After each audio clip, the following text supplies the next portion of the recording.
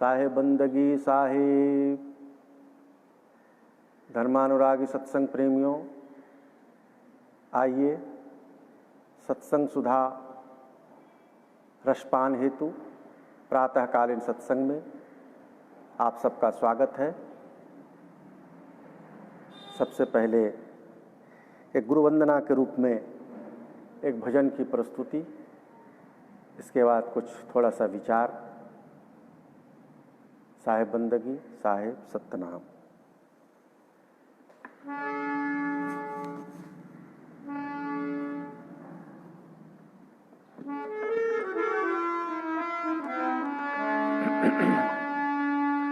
गुरुदेव मुझको तू देना सहारा, कहीं छूट जाए न दामन तुम्हारा। गुरुदेव मुझको तू देना सहारा, कहीं छूट जाए न दामन तुम्हारा। तेरे प्रेम से ये छुड़ाती है दुनिया, इशारे से मुझको बुलाती है दुनिया। तेरे प्रेम से ये छुड़ाती है दुनिया, इशारे से मुझको बुलाती है दुनिया। नहीं देखूं दुनिया का सकल पसारा, नहीं देखूं दुनिया का सकल पसारा, कहीं छूट जाए ना दामन तुम्हारा। गुरुदेव मुझको तू देना सहारा, कहीं छूट जाए ना दामन तुम्हारा। तेरे सिवा दिल में समाए न कोई, लगी लौ की दीपक बुझाए न कोई। सिवा तेरे दिल में समाए न कोई, लगी लौ की दीपक बुझाए न कोई। तुम्ही मेरे दीपक, तुम्ही हो उजाला, तुम्ही मेरी दीपक, तुम्ही हो उजाला, कहीं छूट जाए ना दामन तुम्हारा।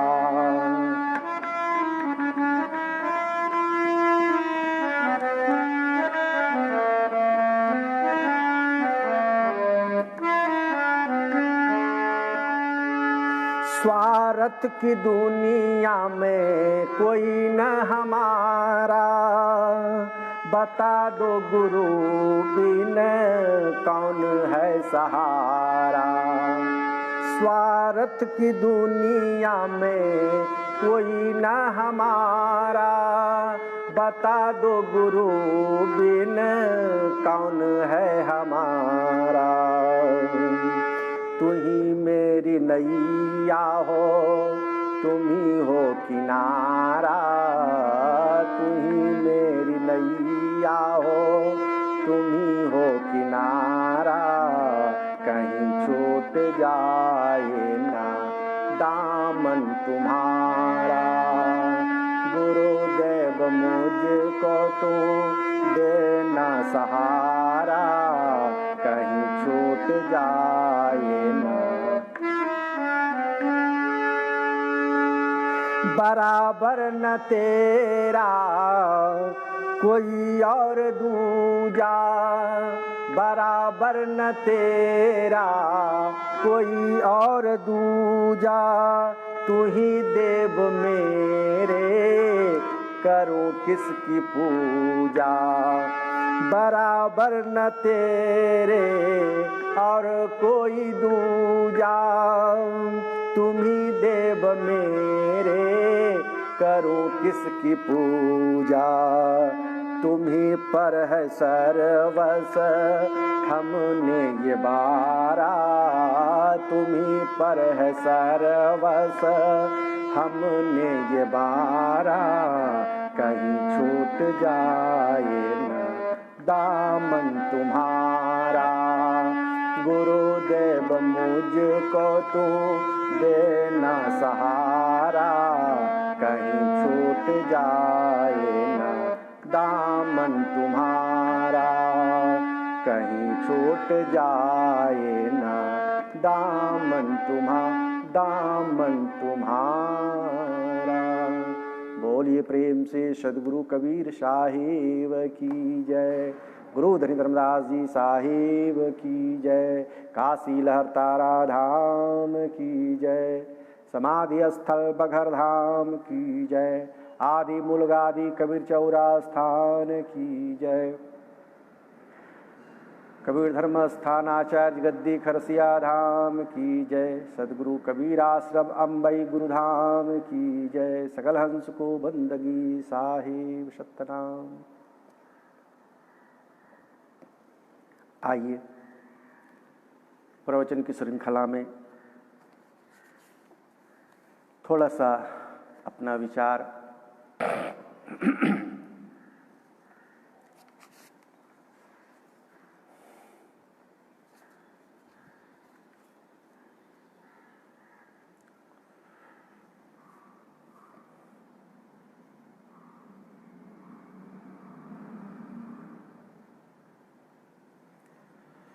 मानव जीवन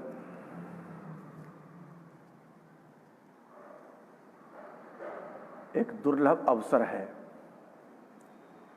मानव जीवन के दुर्लभ अवसर को अज्ञानता में खो देना, ये हमारी बहुत बड़ी भूल है। मानव जीवन परमात्मा ने हमें प्रदान किया है। यह दुर्लभ मानव का शरीर कितना गहन है। इस शरीर में 5 तत्व, 25 प्रकृति, 3 गुण, 10 इंद्रियां, इतने के संघात से यह शरीर निर्मित है। और भी इसके अतिरिक्त मांस मज्जा आदि भौतिक पदार्थ भी हैं।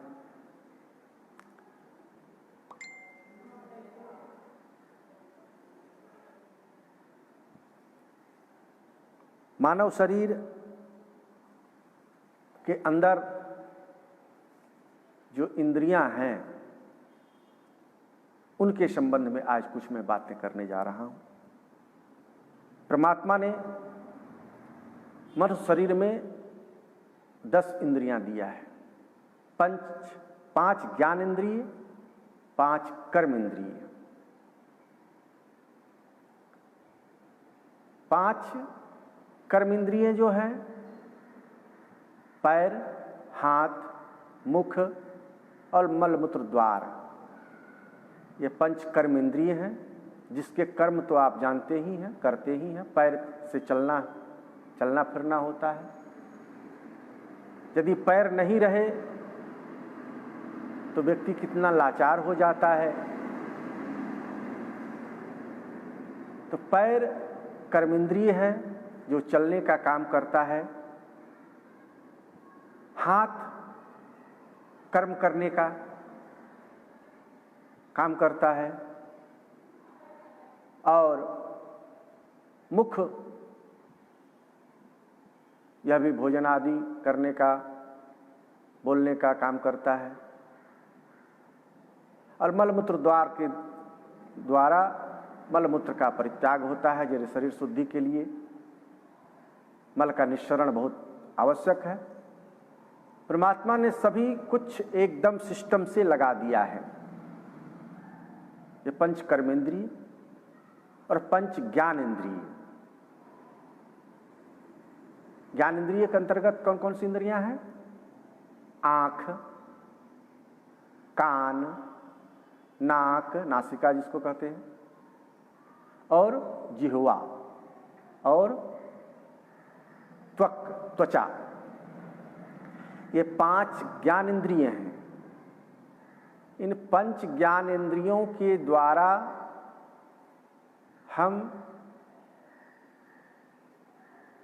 ज्ञान की प्राप्ति करते हैं। ज्ञान प्राप्ति करने का साधन ये 5 ज्ञान इंद्रिय हैं।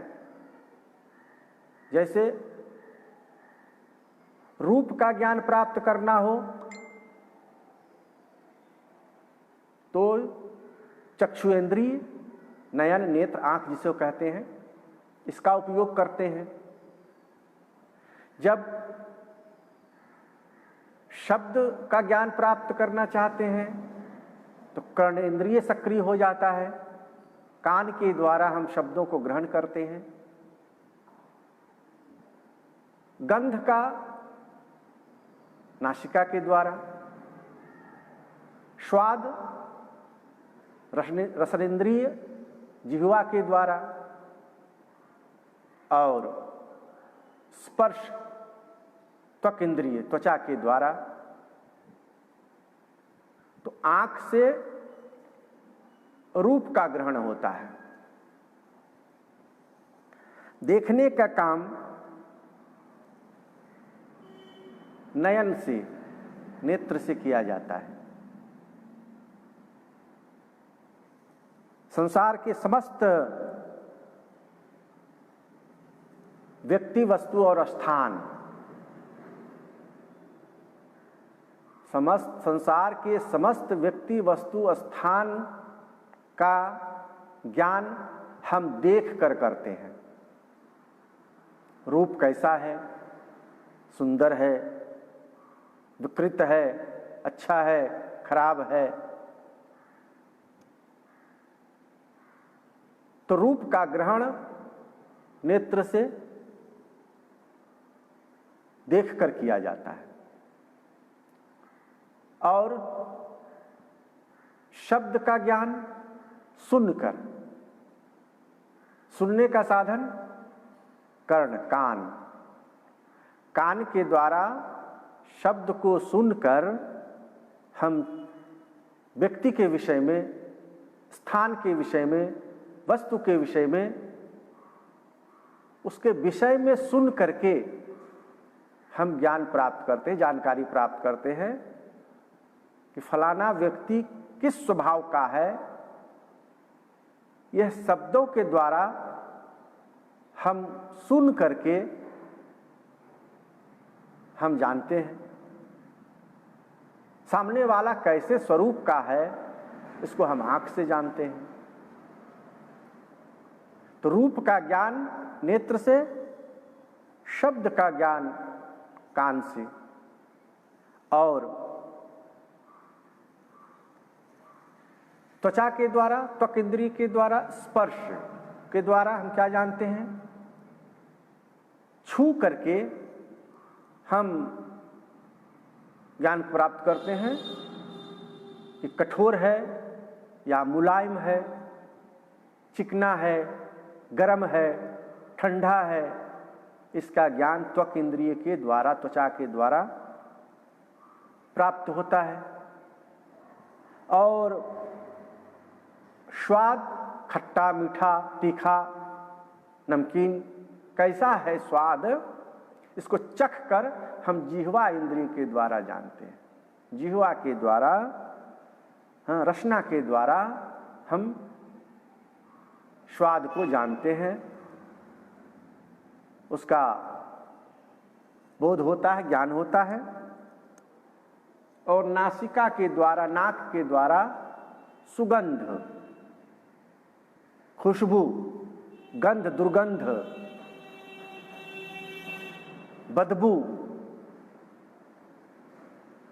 ये जो गंध दुर्गंध का ज्ञान हम करते हैं, बहुत सुंदर खुशबू आ रही है, लगता है कि बढ़िया अगरबत्ती जला है, और किसी ने हवा छोड़ दिया, अब बहुत गंदा। तो किसके द्वारा जानते हैं? नासिका के द्वारा। तो इस प्रकार से हम इस पंच ज्ञान इंद्रियों के द्वारा हम व्यक्ति, वस्तु और स्थान या और अवस्था का भी ज्ञान हम देखकर, सुनकर, स्पर्श कर, स्वाद लेकर और सूंघ कर प्राप्त करते हैं। और इन्हीं ज्ञान इंद्रियों के द्वारा हम परमात्मा की सत्ता का भी बोध करते हैं, परमात्मा के गुणों का ज्ञान, परमात्मा का भी ज्ञान हम इन्हीं ज्ञान इंद्रियों के द्वारा जानते हैं, शास्त्रों में पढ़ते हैं, संतों की वाणी सुनते हैं। तो ज्ञान इंद्रियों के द्वारा ही हम परमात्मा की सत्ता के संबंध में, उनके गुणों के संबंध में, उनके स्वरूपों के संबंध में हम इन्हीं पंच ज्ञान इंद्रियों के द्वारा ज्ञान प्राप्त करते हैं। मनुष्य इन ज्ञान इंद्रियों के द्वारा ही परमात्मा से जुड़ता है। परमात्मा से जुड़ने का संबंध इन्हीं ज्ञान इंद्रियों से होता है। लेकिन कारण क्या है? माया के प्रभाव में आकर मनुष्य जो है अपने वास्तविक उद्देश्य को भूल जाता है, अपने वास्तविक उपदेश को उपेक्षित कर देता है। क्योंकि संसार में जब आता है यह जीव, आया एक ही देश से, उतरा एक ही घाट, हवा लगे संसार के तो हो गए 12 बाट। संसार का जब हवा लगता है माया का, तो उसकी बुद्धियां जो है, उनके दिल दिमाग गड़बड़ा जाते हैं। चतुष अंतःकरण, मन, बुद्धि, चित्त और अहंकार, यह भी शरीर में उपलब्ध है। तो माया के प्रभाव से मनुष्य जो है इन इंद्रियों के द्वारा हमें क्या करना चाहिए, जो परम उद्देश्य है, परम लक्ष्य है, उसे भूल जाता है। जिस ज्ञान इंद्रिय के द्वारा उन्हें परमात्म तत्व का ज्ञान प्राप्त करना चाहिए था, बोध प्राप्त करना चाहिए था, परमात्मा की भक्ति करनी चाहिए थी, आराधना करना चाहिए था, संतों सद्गुरु की सेवा करनी चाहिए थी, उन इंद्रियों का उपयोग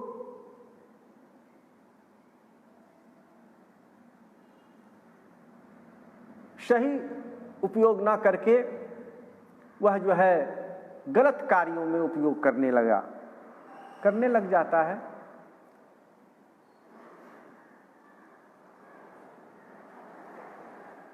और आप जानते हो, ये इंद्रियां जब वासनाओं के नियंत्रण में चली जाती है,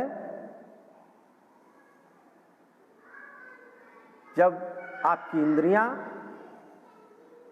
वासना के वशीभूत हो जाती है, तो आप सांसारिकता में खो जाते हो, परमात्मा को भूल जाते हो, आत्मसत्ता को भूल जाते हो। क्योंकि इंद्रिय मन के कारण बहिर्मुखी हो जाती है। अब बहिर्मुखी इंद्रियां वासना के वशीभूत हो जाती है, और फिर वह जीवन के परम लक्ष्य, परमात्म तत्व की उपलब्धि, परम तत्व की उपलब्धि भूल जाती है। इंद्रियां जब वासनाओं के नियंत्रण में हो जाती, तो सद्कार्य न करके, सद्कर्म न करके, सदचिंतन न करके वह जो है काम, क्रोध, लोभ, मोह, अहंकार आदि जो मानव की दुर्बलताएं हैं उसमें फंस जाती है। जो नाशवान संसार है उससे मोह हो जाता है। इस क्षणभंगुर नाशवान संसार के प्रति मोहित होने का ही परिणाम है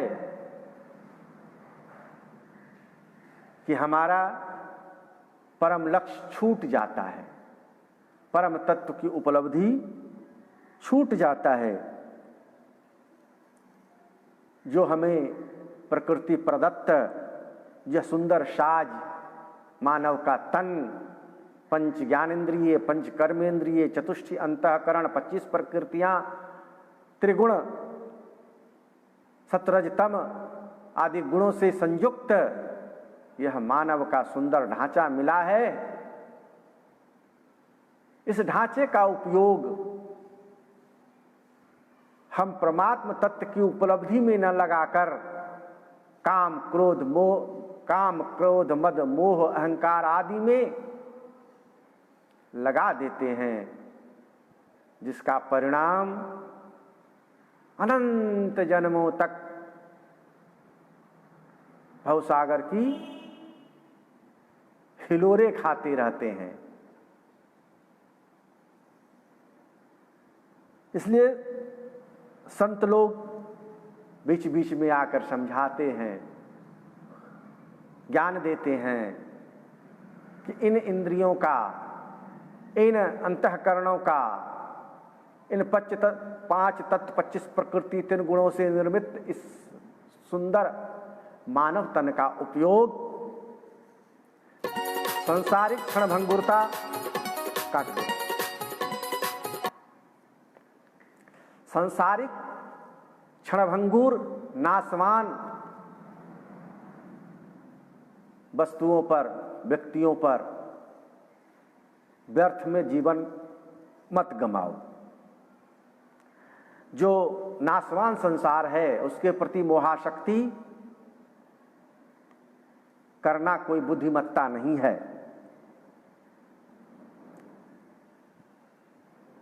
अब विचार करो थोड़ा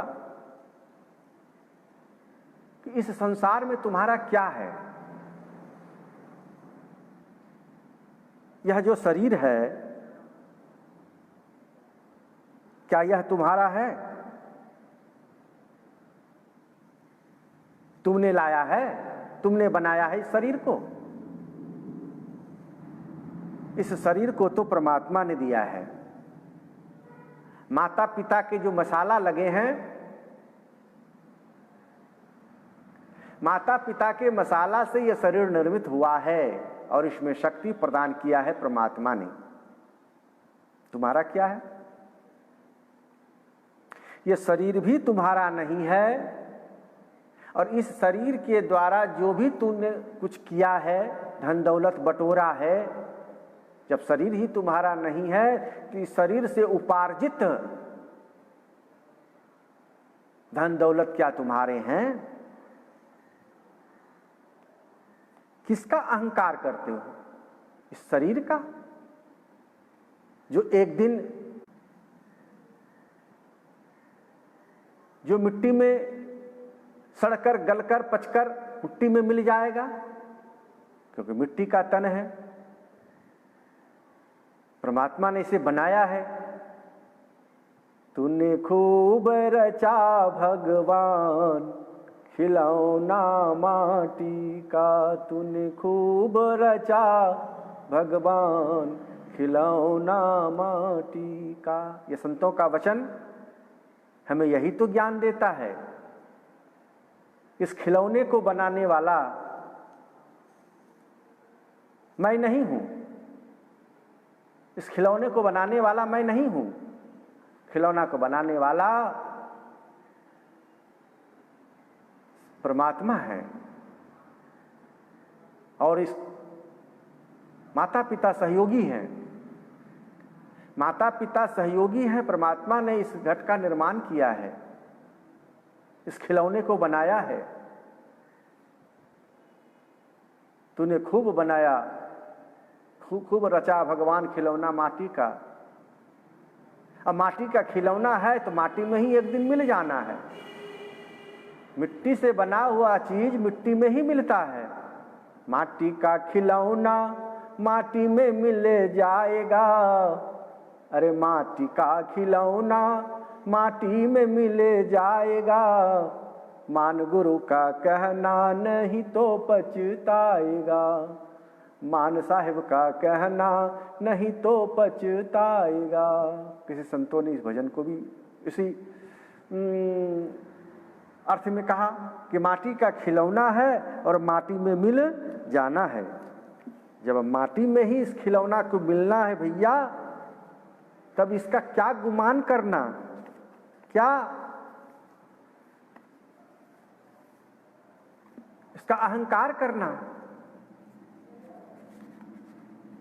अहंकार करना तुम्हारा व्यर्थ है, क्योंकि इस जीवन का अंत भी निश्चित है। जन्म भी तुम्हारे हाथ में नहीं है, है तुम्हारे हाथ में यदि जन्म होता तब तो बहुत बड़े घराने में पैदा होता। व्यक्ति का यदि जन्म लेने में अधिकार होता, सामर्थ्य होता, तो बढ़िया घर में जन्म लेता, जब चाहे तब दूसरा जन्म ले लेता, जब चाहे तब सुंदर स्वरूप, सुंदर शरीर निर्मित कर लेता। वृद्धावस्था तक क्यों इसमें पड़ा रहता? जब तक सुंदर शरीर है, नौजवान है, जवानी है, देखने सुनने में अच्छा लग रहा है, सारी इंद्रियां एकदम स्वस्थ है, जवान है, तब तक इसका उपभोग करता। फिर इस शरीर को छोड़ करके दूसरा शरीर बना लेता, निर्मित कर लेता। लेकिन शरीर जन्म लेने में तुम्हारा वश नहीं है। ना तो जन्म लेने में तुम्हारा वश है, ना मृत्यु में तुम्हारा वश है, ना जीवन के घटनाओं में तुम्हारा वश है कि कल कौन सी घटना घटने वाली है मेरे जीवन में, ये तुझे पता नहीं, हमें पता नहीं कल क्या होने वाला है मेरे साथ। यदि मालूम होता तो उससे बचने का उपाय हम आज ही कर लेते, लेकिन दुर्घटनाएं हो जाती है, पता नहीं चलता। क्या है तुम्हारे बस में? किस पर तुम गौरव अहंकार कर रहे हो? मृत्यु तुम्हारे बस में नहीं, जन्म तुम्हारे बस में नहीं, जीवन में घटित घटनाएं तुम्हारे बस में नहीं, मृत्यु तुम्हारे बस में नहीं है, क्योंकि मृत्यु भी जन्म लेने से पहले ही सुनिश्चित हो जाती है। मृत्यु कब होगी, कहां होगी, कैसे होगी, किस कारण से होगी, ये सब पहले से ही निर्धारित है। मृत्यु असंभावी है, मृत्यु ध्रुव सत्य है। या ईसब की कहानी की तरह भेड़िया आया नहीं है कि आएगा आएगा, ये आएगा, निश्चित आएगा, समय पर आएगा। मृत्यु को झांसा कोई नहीं दे सकता है, क्योंकि मृत्यु अनिवार्य है। जन्म सुनिश्चित है तो मृत्यु भी सुनिश्चित है। जन्म की सुनिश्चित परिणति ही मृत्यु है, इसे कोई टाल नहीं सकता है। जो आया है वो जाएगा, आया है सो जाएगा। राजा रंग कबीर, राजा रंग फकीर, एक सिंहासन चढ़ी चले एक बांधे जंजीर। महाकवि दिनकर का एक पदावली है, बहुत ही सुंदर। रहा कौन नर सदा जग में, रहा कौन नर सदा जग में, रंक भूप अभिमानी, ज्ञानी सठ साधु असाधु की केवल रही कहानी। कहाँ गया क्या पता किसी ने कोई संदेश न लाया। कहाँ गया क्या पता किसी ने संदेश न लाया, कैसा है वह देश किसी ने आकर नहीं बतलाया। सब गया, जो जो गया बहुरा नहीं, कुशल वहाँ कहाँ से आए। जो जो गया वो लौट करके नहीं आया। कहाँ गया, कैसे, उसकी क्या गति मुक्ति हुई, यह भी व्यक्ति को पता नहीं कि कल मेरे शरीरांत के बाद क्या होगा, मैं कहाँ जाऊंगा, किस जोनी में जन्म लूंगा, मोक्ष मुक्ति होगी कि नहीं होगी, कुछ तो तुम्हारे बस में नहीं है, कुछ तो नहीं सोच समझ सकते हो, कर सकते हो।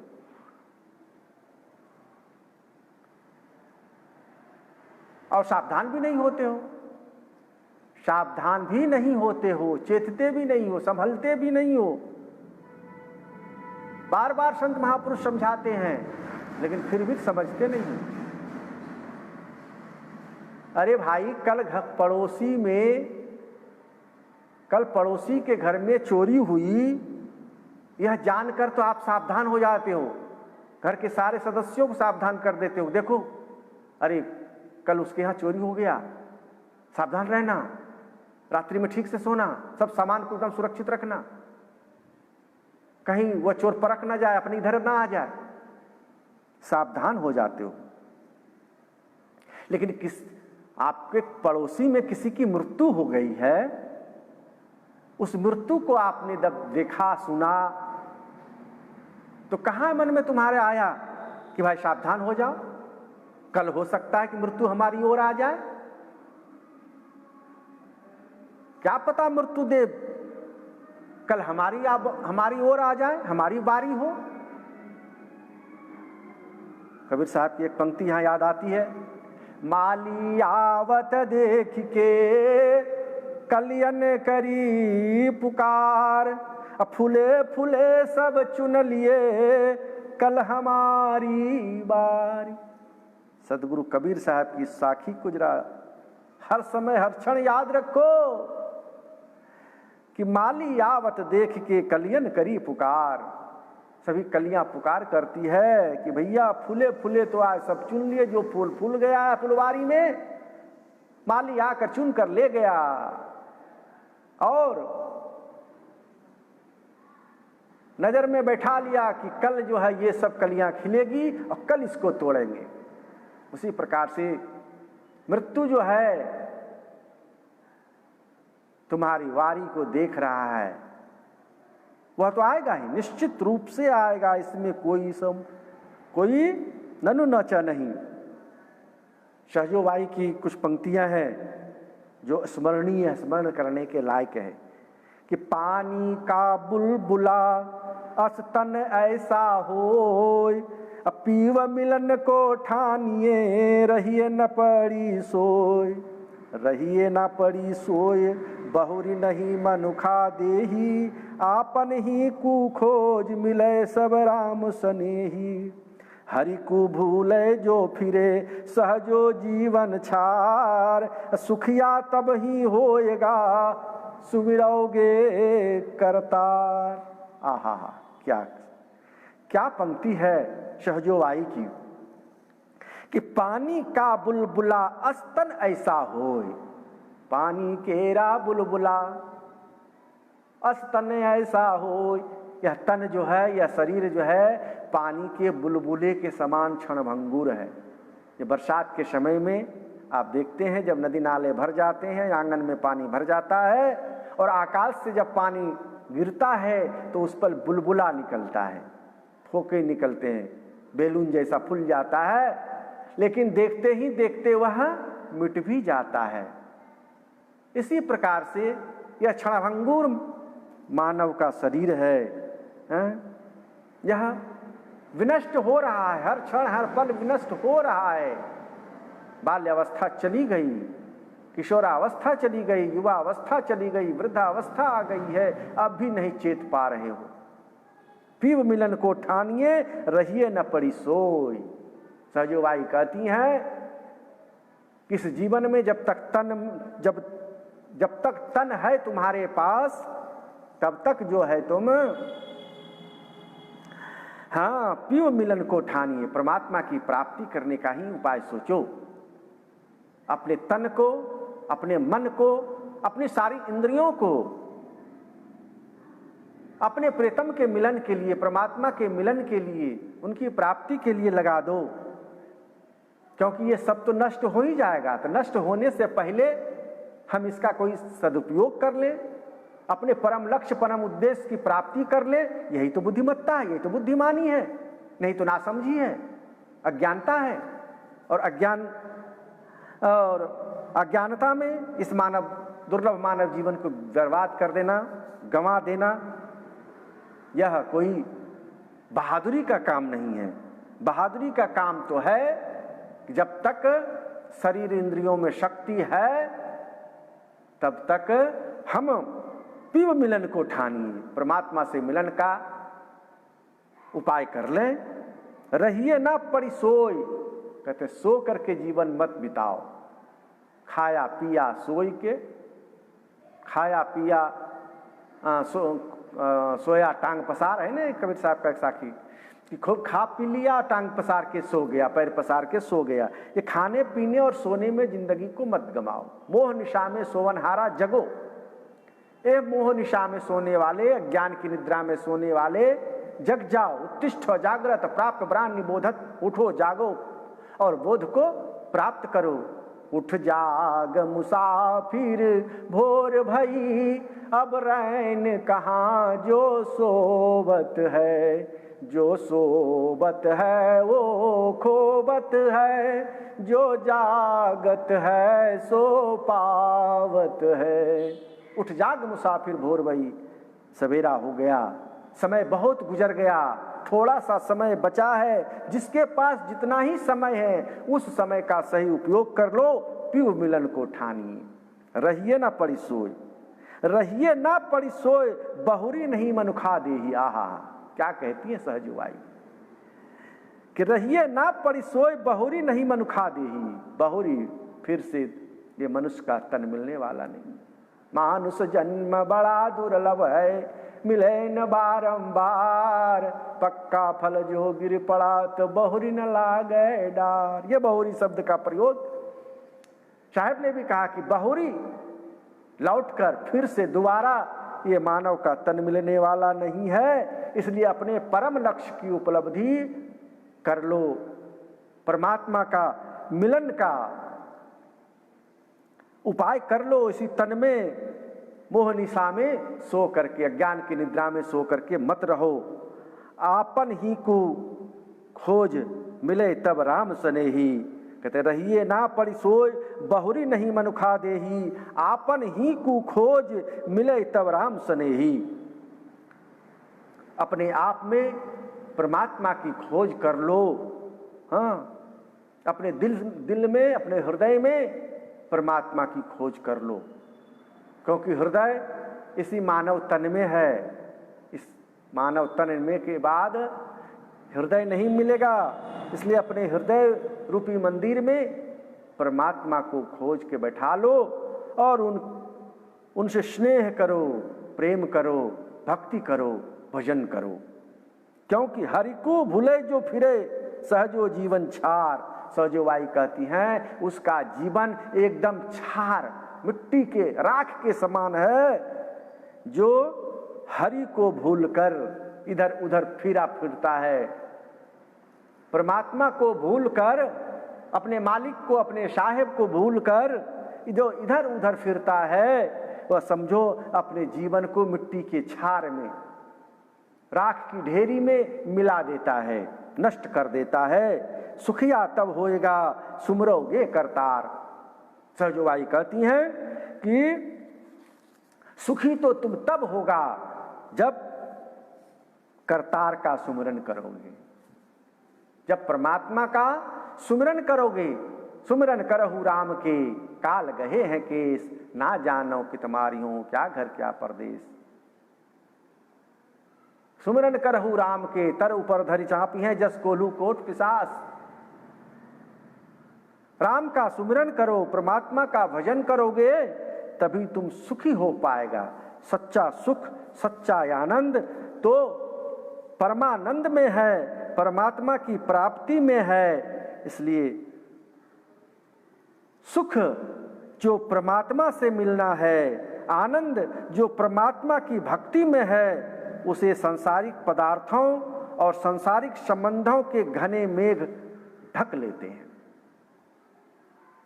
जो सांसारिकता का घनघोर मेघ है, काले बादल हैं, चकाचौंध है, भौतिकता की चकाचौंध में वास्तविक सुख, वास्तविक आनंद जो परमात्मा का है, परमात्मा की भक्ति में है, उसे सांसारिकता की चकाचौंध में, माया के माइक प्रपंच में, उनकी छलावे में भूल जाते हो, इसलिए नहीं मिल पाता है। सुख यदि चाहते हो तो वह वास्तविक सुख, वास्तविक आनंद वो परमात्मा में मिलता है। परमानंद परमात्मा में ही परमानंद मिलता है, मालिक में, साहिब में, करतार में, ईश्वर में, ब्रह्म में। जिस शब्द से आप समझना चाहो उसको समझो। वास्तविक सुख, सच्चिदानंद घन का सुख परमात्म तत्व में ही उपलब्ध होता है। इसलिए मनुष्य को, खासकर साधक मनुष्य को, सत्संगियों को, भक्तों को अपने शरीर को, अपने शरीर के ज्ञानेंद्रियों को, कर्मेंद्रियों को सदुपयोग में लगाना चाहिए, दुरुपयोग में नहीं। और सद्गुरु परमात्मा की भक्ति के अतिरिक्त और सदुपयोग इसका क्या हो सकता है? वास्तविक सदुपयोग सत्संग में कर्मेंद्रिय जो आपके पैर हैं, सत्संग में आओ। कर्मेंद्रिय जो आपका पैर है वो शुद्ध हो जाएगा, पवित्र हो जाएगा। हाँ, पैर की शुद्धि सत्संग में आने में है, मठ मंदिर में जाने में है, तीर्थादि में जाने में है। ज्यों ज्यों पग भूमि पड़े त्यों त्यों तीर्थ समान। वो कथा आप लोगों ने सुनी है ना कि एक महात्मा घूमते फिरते, क्योंकि महात्मा तो भ्रमणशील होते हैं, भ्रमण करते हुए एक गांव में पहुंचे और गांव के बाहर एक वृक्ष के नीचे अपना आसन जमा दिए, भजन करने लगे। गांव के लोगों को मालूम हुआ कि भाई महात्मा आए हैं। पहले जब गांव में महात्मा आ जाते थे ना तो लोगों में बड़ी खुशियां होती थी, बड़ा आनंद आता था, अपने को सौभाग्यशाली समझता था कि हमारे गांव में महात्मा आए हैं। आज तो खैर आज के गांव की स्थिति तो विचित्र हो गई है, संतों के प्रति लोगों में दुर्भाव हो गया है। उसमें कुछ संतों का भी दोष है, कुछ भक्तों का भी दोष है। तो जब संत गांव में पधारे हैं, गांव के बाहर वृक्ष के नीचे आसन जमाए हैं, ऐसा गांव वालों को मालूम हुआ तो गांव वाले पहुंचे और सत्संग प्रवचन सुना, भजन सुना। कहा महात्मन आपके भोजन की क्या व्यवस्था करूं? महात्मा ने कहा जो 64 तीर्थ करके आया है वही हमें भोजन करा सकता है, मैं उसी के हाथ का भोजन करूंगा। अब तो गांव में ढूंढने लगे लोग कि भाई इतना तीर्थ करके कौन आया है इस गांव में, कोई नहीं मिला, कोई नहीं मिला। अब लोग बड़े चिंतित हो गए कि महात्मा जी भूखे रह जाएंगे, हम गांव के सारे लोग खाएंगे और महात्मा जी भूखे रह जाएंगे तो महापाप होगा, पूरे गांव पर यह पाप लगेगा, ऐसा कोई व्यक्ति नहीं है। तो गांव के जो मुखिया थे वो भी इस चिंता में निमग्न थे। उनकी नई नई बहू आई थी, उसने अपने ससुर को बड़े चिंतित देखा, उनसे पूछी कि क्या बात है बाबूजी, आज बड़े उदास लग रहे हैं। कहा बेटी देखो ना, गांव में एक संत आए हैं, बगीचे में एक पेड़ के नीचे आसन लगाए हैं, अभी हम लोग सबको वहीं सत्संग सुन करके आए, लेकिन महात्मा जी भोजन के लिए हम लोगों ने पूछा महात्मा जी से, तो उन्होंने कहा कि मैं उसी के हाथ का भोजन करता हूं जो 64 तीर्थ करके आया हूं। अब इस गांव में कोई ऐसा व्यक्ति नहीं है कि 64 तीर्थ करके आया हो। वह जो बहू थी बड़ी समझदार थी। क्यों सत्संगी घर की बेटी थी। उनके घर में बराबर संत महात्मा आया करते थे, सत्संग प्रवचन सुना करती थी, बड़ा बोधवान बच्ची थी। उसने कहा पिताजी इसमें चिंता करने की क्या बात, मैं तो हूं। कह रहे तू 64 तीर्थ करके आ गई है? हाँ पिताजी, मैं भोजन कराऊंगी महात्मा जी को। कह रहे देखो ऐसा नहीं हो सकता, तू इतने कम उम्र में इतना तीर्थ कैसे कर ली? मैं कर ली ना बाबा, मैं कह रही हूं ना। और वह प्रेम से भोजन बनाई, थाल में परोस करके, और बड़ी श्रद्धा भाव के साथ धीरे धीरे स्नेह कदम बढ़ाती हुई उस महात्मा जी के पास पहुंची। महात्मा जी को सिर झुका करके नमस्कार की, कहा बाबा मैं आपके लिए भोजन बना कर लाई हूं, आप प्रसाद ग्रहण करें। कहा क्या बेटी मेरी शर्त तुम्हें मालूम है? कहा बाबा आपका शर्त मुझे पता है, यदि मैं झूठ नहीं बोल रही हूं तो आप ही संत महापुरुषों की मुखारविंद से मैंने सुना है कि संत दरस को जाइए तज माया अभिमान, ज्यों ज्यों पग भूमि पड़े त्यों त्यों तीर्थ समान। ये आप ही संत महापुरुषों की मुखारविंद से सुनी हुई साखी को, और मैं कदम गिनती हुई आई हूं, और 105 कदम हुआ है आपके पास आने में। आप बताइए कि 64 तीर्थ कौन पूछे, मैं तो 105 तीर्थ करके आई हूं, क्या आप प्रसाद ग्रहण करेंगे? कहाँ बेटी, और उनके हाथ से प्रसाद ग्रहण कर लिया महात्मा जी ने। बोलो प्रेम से सदगुरु कबीर साहिब की जय। कहने का मतलब यह है